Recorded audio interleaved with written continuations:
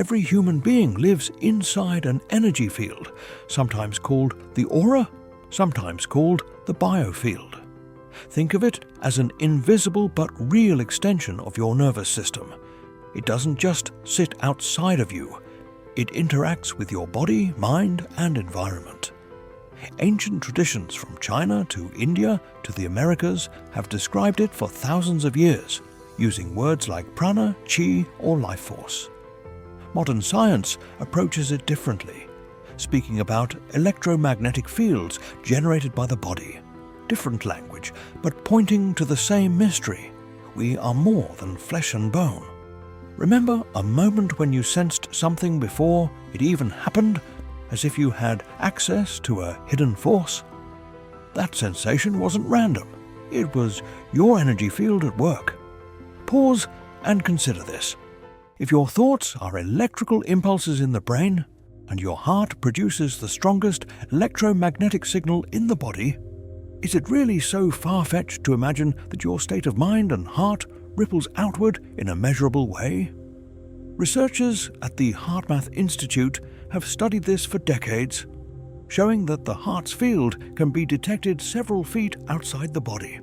They suggest this field changes with emotions, anger creating chaotic patterns, gratitude creating coherence. Mystics described this centuries ago. Science is just starting to catch up. Your field has structure. Seers and healers have spoken of it in layers. The etheric layer closest to the skin mirrors your physical vitality. The emotional layer holds moods and feelings. The mental layer reflects beliefs and repeated thought patterns. Beyond that, the astral layer connects to love and relationship. Higher layers align with voice, intuition, and spiritual orientation, often mapped to the chakra system. Imagine a cocoon of light around you.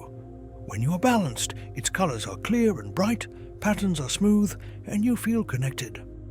When you are stressed or imbalanced, the cocoon compresses or dims, and life feels heavier.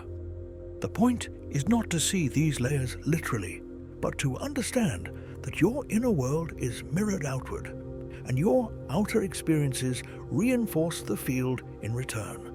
So, the first thing you need to know about energy is this. You live in a field that is dynamic, multi-layered, and responsive. And whether you notice it or not, it influences every thought you think and every action you take. Energy is meant to flow. But like a river choked with debris, your life force can be obstructed. What creates these blockages? Stress, unresolved trauma, negative emotions, repetitive self-talk, all of them act like stones and branches damming the current. Pause and consider this. Have you ever felt stuck in the same argument, the same health issue, or the same self-sabotaging loop no matter what you do? That's the felt experience of blocked energy. Symptoms appear in many ways. Chronic fatigue, even when you sleep enough. Headaches or digestive problems with no clear medical cause. Emotional flatness or constant irritation. Repeating patterns in relationships. A nagging sense of disconnection from yourself. These are not just mental states, they are energetic signals. Ancient systems describe this with precision. Chinese medicine speaks of qi stagnation. Yoga describes blocked chakras. Western psychology talks about suppressed emotion. Different languages, same reality. Energy gets trapped when experience is not fully processed. Science adds another layer. Stress hormones like cortisol, released too often, change how the nervous system regulates. Trauma literally imprints patterns into neural circuits, replaying responses long after the original event. From an energetic perspective, these are blockages, loops of frozen charge waiting to be integrated. Here's the key. Blockages don't just affect you inside. They shape what you notice and what you attract. If you're carrying unresolved anger, your field becomes tuned to anger, and you meet it again and again. If you're carrying a belief of unworthiness, your field filters opportunities through that lens. the cycle becomes self-reinforcing. The second thing you need to know about energy is this. Blockages are real, and they show up both as symptoms inside you and as repeating patterns outside you. Recognizing them is the first step to clearing them. Once you recognize that your field can get blocked, the next step is regulation. Regulation means bringing your system back to balance so that energy moves freely again. Your breath is the most direct tool. Ancient practices like pranayama discovered that changing breath rhythm alters state of mind. Today, neuroscience explains why. Slow, deep breathing stimulates the vagus nerve, shifting the nervous system from fight or flight into rest and digest. This physiological shift stabilizes the field. Pause and consider this. Have you ever noticed how sighing after stress feels like relief? That's your body's built-in reset. With practice, you can use breath intentionally to reset faster and more completely. Mindfulness and meditation extend this reset. When you observe thoughts and emotions without clinging, you interrupt the cycle that feeds blockages.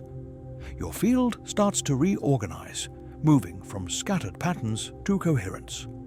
Studies show meditation changes brain structure, thickening areas tied to attention and emotional regulation. In energetic terms, it smooths the currents of the field. But regulation isn't only internal. Boundaries matter. Your field is porous. It interacts with people and environments. Spending too long in chaotic settings scatters your energy. Constant digital stimulation fragments attention. Toxic relationships drain vitality. Choosing environments that support calm and clarity is also regulation. Modern science again affirms this. Psychologists studying attention residue find that constant task switching leaves the brain less effective. Energetically, this is fragmentation. When you focus deeply on one thing at a time, your field becomes more coherent. The third thing you need to know about energy is this. Regulation is possible.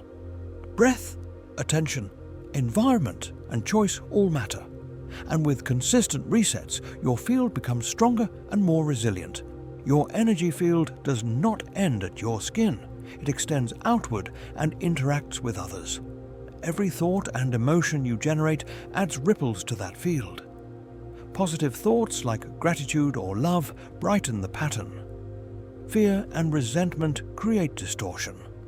Pause and consider this. Have you ever walked into a room and sensed tension before anyone spoke? That's field interaction. This is why the saying, "energy flows where attention goes," is more than a slogan.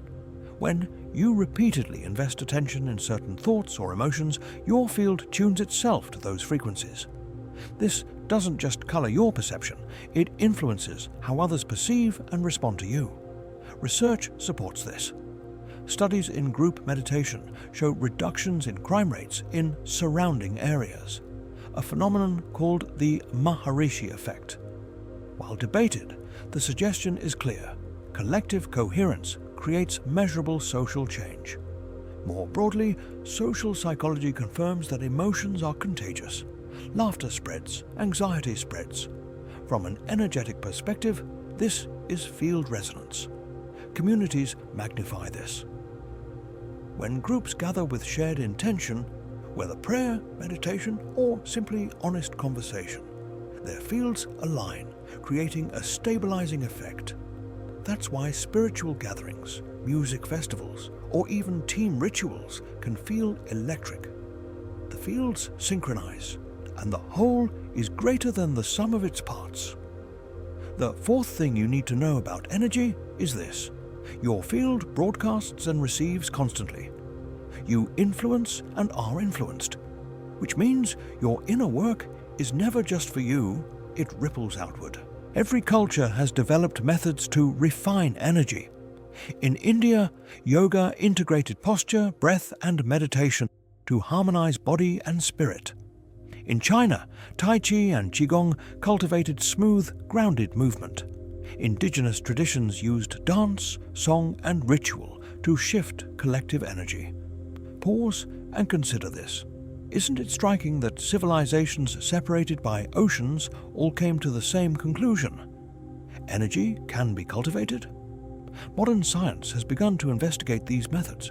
MRI studies show that mindfulness meditation alters grey matter density in the hippocampus, linked to learning and memory. Clinical trials confirm that acupuncture reduces chronic pain and anxiety even when accounting for placebo effects. Reiki and other touch-based modalities are harder to measure, but participants consistently report stress relief and improved well-being. Skeptics argue that these results are modest or inconsistent. Supporters counter that even modest effects repeated over time accumulate into profound change. And importantly, these practices carry virtually no side effects, unlike many medications. Beyond individuals, researchers are exploring collective energy. Studies of heart coherence suggest that when groups focus on gratitude or compassion, their heart rhythms synchronize, creating a stronger combined field. Indigenous teachings would say, of course, the tribe's song heals. Science is simply giving new language to an old truth. The fifth thing you need to know about energy is this. Ancient practices and modern research converge on the same point. Cultivating energy changes health, mood, and even collective outcomes. Lective. Perhaps the most exciting application of energy is manifestation, the idea that your inner state shapes your outer reality. But it's often misunderstood as passive wishing. Casey, mystics, and modern teachers all say the same thing. It's not about wishing, it's about alignment and action. Here's how it works. First, clarify your desired outcome. Second, generate the inner state that matches it. Third, act in ways consistent with that state.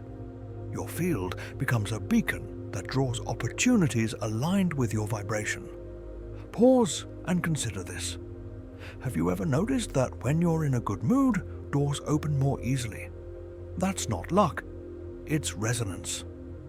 Visualization is one tool. By vividly imagining yourself already living the outcome, you create neural and energetic templates that your system recognizes as possible. Gratitude is another.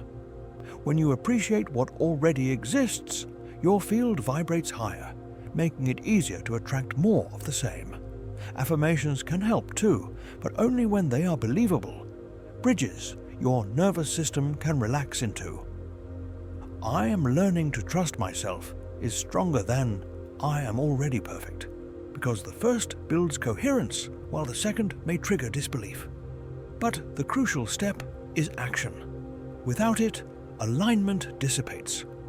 Inspired action means breaking big goals into small steps and taking them, even when uncomfortable. Each action reinforces the field, proving to your system that change is real. Integration matters as well. Manifestation isn't just about getting what you want, it's about becoming someone aligned enough to sustain it. That means building habits, relationships, and environments that match the new frequency. The sixth thing you need to know about energy is this. Alignment without action is fantasy, and action without alignment is struggle. Combine them, and you harness the true mechanism of manifestation. Energy is not abstract. It is the interface between your thoughts, emotions, body, and choices. You live in a field that can be bright or dim, blocked or flowing, coherent or chaotic. The 6 things you need to know are simple. You have a field, blockages are real. Regulation restores balance. Your field interacts with others. Practices can lift your signal, and manifestation requires alignment and action. Pause and consider this. If even one of those is true, what could change if you gave energy the same attention you give to diet or exercise? The power to transform your life lies not in some distant force, but in the field you carry right now. Your energy is your lever. Learn to notice it, clear it, and direct it, and your world will reorganize around you. Remember to like and subscribe, and leave a comment about which part you liked the most.